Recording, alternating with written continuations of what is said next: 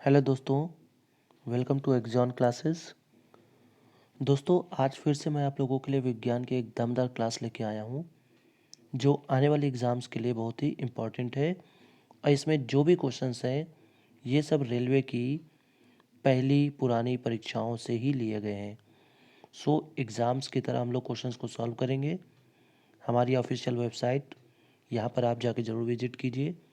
बाकी को जो वीडियोज़ आपने नहीं देखे हैं वो आपको हमारे प्लेलिस्ट पे मिल जाएंगे। आपको सबसे पहले क्या करना है, हमारे यूट्यूब चैनल को ज्वाइन करना है। यहाँ पर आपको फ्री क्लासेस मिल जाएंगी। टेलीग्राम चैनल से आपको पीडीएफ, नोटिफिकेशन और इम्पॉर्टेंट अपडेट्स भी मिलते रहेंगे। सो बिना देरी किए लेट्स स्टार्ट। पहला क्वेश्चन है, निम्नलिखित में से किसकी अधिकतम जड़ता है, यानी मैक्सिमम इनर्शिया। तो देखिए, आप ये ध्यान रखिएगा कि जो इनर्शिया होता है ये डिपेंड करता है मास पे। किस पे डिपेंड करता है? मास पे। जितना ज़्यादा मास उतना ज़्यादा इनर्शिया। ठीक है, इस लाइन को आप याद रखिएगा। मोर मास, ठीक, मोर इनर्शिया। मोर मास मोर इनर्शिया। तो बताइए इनमें से किसका इनर्शिया मास सबसे ज़्यादा होगा?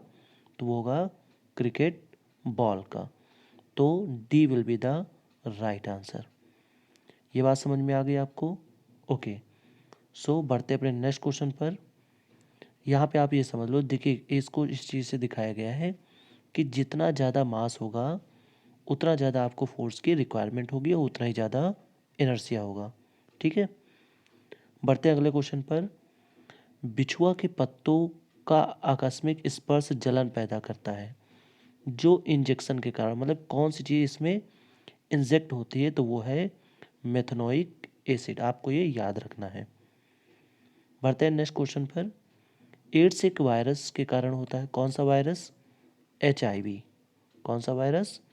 HIV virus. ठीक है, ये यहाँ पे क्या होता है? HIV human human immuno deficiency virus, ये इसका फुल फॉर्म होता है। इससे रोग कौन सा होता है? एड्स, मतलब एक्वायर्ड इम्यूनो डेफिशिएंसी सिंड्रोम, ये इसका फुल फॉर्म होता है। तो कह रहे हैं एड्स एक वायरस के कारण होता है। इसका आनुवांशिक पदार्थ क्या है? तो आपको याद रखना है कि ये जो HIV है ये एक RNA वायरस है। कौन सा वायरस है? RNA वायरस है। तो हम यहाँ पे ऑप्शन नंबर सी को टिक करेंगे, सिंगल स्ट्रैंड RNA। बढ़ते हैं नेक्स्ट क्वेश्चन पर। मानव शरीर में तंत्रिका कोशिकाओं द्वारा विद्युत संकेतों को स्थानांतरित करने के लिए निम्नलिखित में से किस तत्व की आवश्यकता होती है? तो आपको याद रखना है दैट इज सोडियम। सोडियम की आवश्यकता होती है जो भी हमारे इलेक्ट्रिकल सिग्नल्स हैं उनको सेंड करने के लिए। देखिए ये हमारे ये जो फिगर बना हुआ है ये हमारे न्यूरॉन का बना हुआ है, जिसमें देखिए ये बीच में जो है वो न्यूक्लियस और सेल बॉडी है। ठीक, इसको क्या बोलते हैं? एक्सॉन बोलते हैं। ठीक है, जैसे हमारे चैनल का नाम क्या है? एक्सियन, वैसे यहाँ पे एक्सॉन होता है। यहाँ पे ये जो पार्ट्स होते हैं इनको डेंड्राइट बोला जाता है। क्या बोला जाता है? डेंड्राइट। और ये जो बिल्कुल कॉर्नर पे होते हैं इनको क्या बोला जाता है? Dendritic branches. क्लियर हो गई बात? ठीक है, सो ये आपको स्ट्रक्चर याद रख लेना है। बढ़ते हैं नेक्स्ट क्वेश्चन पर। निम्नलिखित में से किस प्रकार के ऊतकों में सिकुड़ा हुआ प्रोटीन होगा? तो आपको याद रखना है मसल्स में, क्योंकि हमारी मसल्स जो हैं वो कॉन्ट्रैक्ट भी होती हैं। ठीक है, निम्नलिखित में से किस रत्न में बेरिलियम धातु होती है? तो वो है पन्ना। कौन सी धातु? पन्ना में। पेट से निकलने वाला अम्लीय अर्धपचा भोजन किसके द्वारा निष्प्रभावी हो जाता है? इसको आप मोस्ट इंपॉर्टेंट मार्क कीजिएगा। इसके लिए क्या होता है? बाइल जूस रिलीज होता है। निष्प्रभावी करने के लिए बाइल जूस रिलीज होता है, जिसको हम पैंक्रियाटिक जूस भी बोलते हैं। ठीक है, कहने का मतलब ये पैंक्रियाज से रिलीज होता है और फिर जो भी एक्स्ट्रा होता है वो क्या होता है कि गॉल ब्लैडर में इकट्ठा हो जाता है। ठीक है, ओके, नेक्स्ट क्वेश्चन। स्तनधारी हृदय मायोजेनिक होता है या तंत्रिकाओं द्वारा नियंत्रित होता है? दिल की धड़कन की उत्पत्ति से होती है, किससे होती है? तो आपको याद रखना है सिनो आर्टरी, ठीक है, सिनोट्रायल नोड। ये होता कहाँ पर है? चलिए इस फिगर के थ्रू हम लोग समझते हैं। देखिए यहाँ पे, ये यहाँ पे जो बना हुआ है दिख रहा है आपको, ये होता है सिनोट्रायल एनोड। हमारा जो हार्ट होता है वो 4 चैम्बर होता है। कितने चैम्बर होते हैं? 4 चैम्बर, जिसमें से आपको लेफ्ट राइट, राइट ऑट्रियम, ठीक है, उसके बाद राइट वेंट्रिकल्स, लेफ्ट ऑट्रियम और लेफ्ट वेंट्रिकल्स। इसको आपको याद रखना है लॉर्ड से। लॉर्ड से मतलब जो लेफ्ट होता है वो ऑक्सीजनेटेड होता है, राइट जो होता है यानी दाएं तरफ, दाएं तरफ कौन सा? ये वाला हिस्सा, ये डीऑक्सीजनेटेड होता है। कहने का मतलब ये हुआ, आप समझिएगा इसको, थोड़ा सा मैं आपको डिटेल में समझा रहा हूँ। आपको अच्छा लगे तो दोस्तों के साथ शेयर जरूर कीजिएगा। यहाँ पे ये जो पार्ट होता है ऑट्रियम, ये क्या करता है? डीऑक्सीजनेटेड रिसीव करता है, फिर ये इसको भेजता है। ये क्या करता है? बाहर भेजता है, मतलब डीऑक्सीजनेटेड को प्योर होने के लिए भेजता है। फिर लेफ्ट ऑट्रियम इसको रिसीव करता है, फिर ये इसको लेफ्ट वेंट्रिकल को देखता है और ये लेफ्ट वेंट्रिकल पूरी बॉडी को भेज देता है। ये पूरा प्रोसेस में होता है। बढ़ते हैं नेक्स्ट क्वेश्चन पर।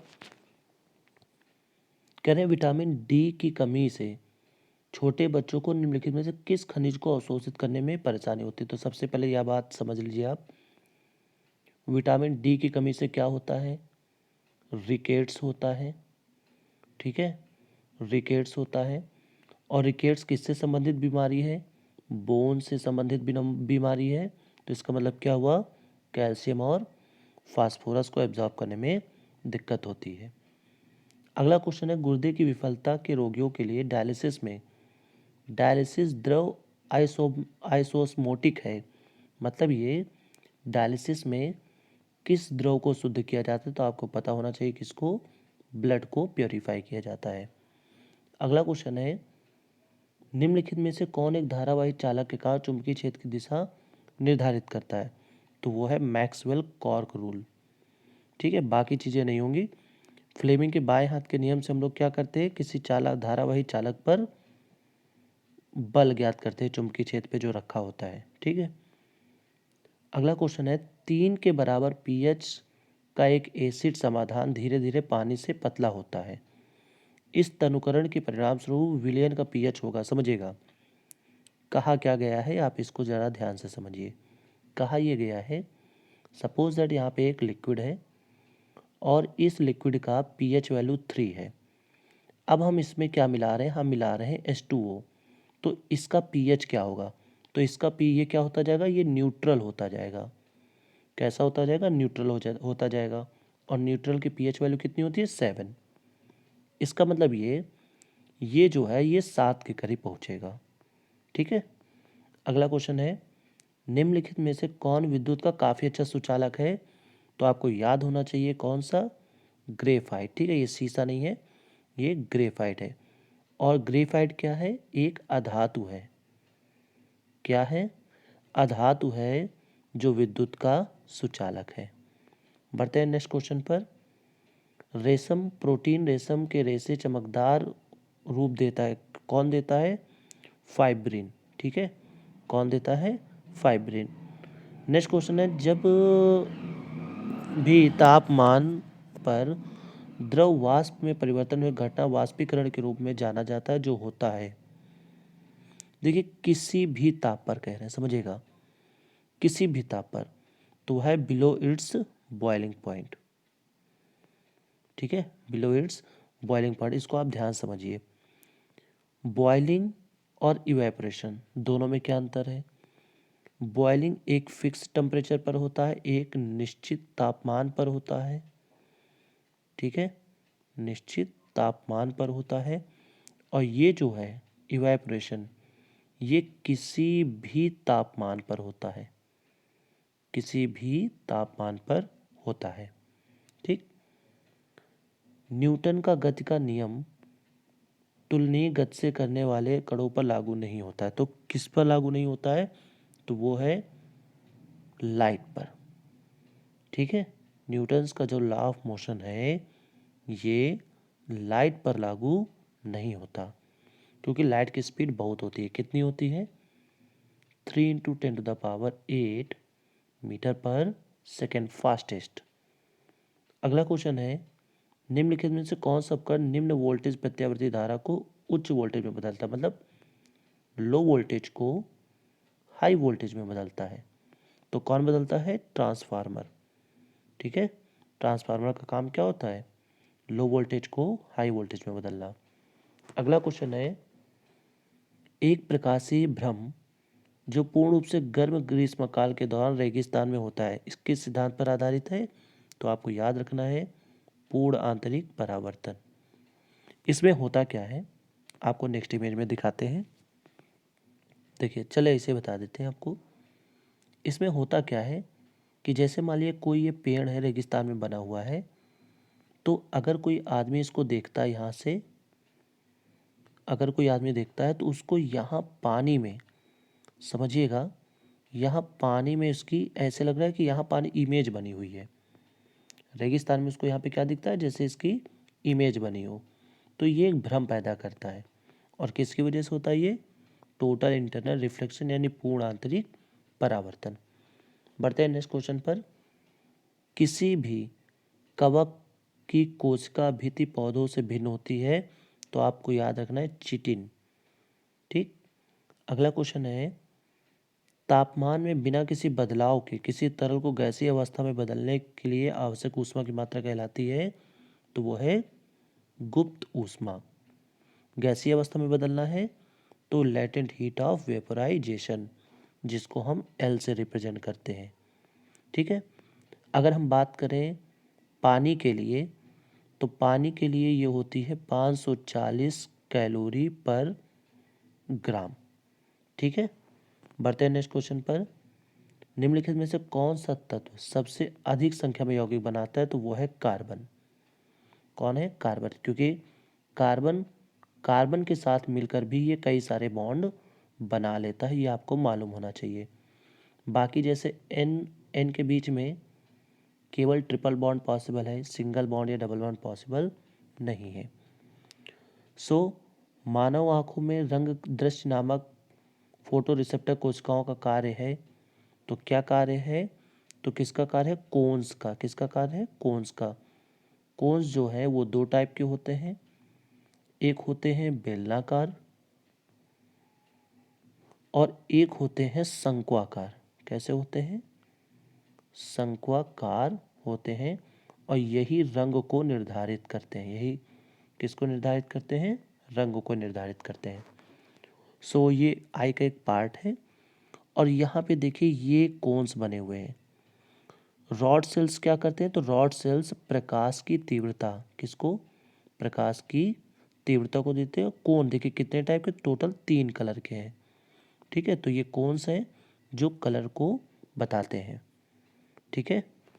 ओके, नेक्स्ट क्वेश्चन है, किसी तत्व की संयोजकता निर्भर करती है तो किस पर निर्भर करती है? सबसे बाहरी कोष में इलेक्ट्रॉनों की संख्या के। देखिए जैसे मान लीजिए ये न्यूक्लियस है और ये इसके चारों तरफ ऑर्बिट बने हुए हैं, तो यहाँ पे कितने इलेक्ट्रॉन हैं इस पर ये डिपेंड करता है। अगला क्वेश्चन है, मान लीजिए कि एक छड़ ऊन से रगड़कर ऋणात्मक आवेश दिया जाता है, इस मामले में कौन सा कथन सही है? ठीक है, तो आपको याद रखना है कि जो ऋण आवेश है वो ऊन से छड़ में स्थानांतरित हो जाएंगे। ऑप्शन नंबर डी इसका सही होगा। मतलब ये कि जो छड़ है वो ऋणावेश और जो ऊन है वो धनावेश हो जाएगा, धनावेशित हो जाएगा। वीडियो अच्छा लग रहा हो तो दोस्तों के साथ शेयर जरूर कीजिएगा। लास्ट क्वेश्चन है, कह रहे रेडॉन है, तो रेडॉन क्या है? रेडॉन एक अक्रिय गैस है। और आपको बात याद रखनी, जो रेडॉन है वो प्रकृति में नहीं पाया जाता, प्रकृति में नहीं पाया जाता है, ये भी आपको याद रखना है। वीडियो अच्छा लगा हो तो दोस्तों के साथ शेयर करें। चैनल पे पहली बार आए हैं तो चैनल को सब्सक्राइब भी करें, मिलते हैं नेक्स्ट वीडियो पर।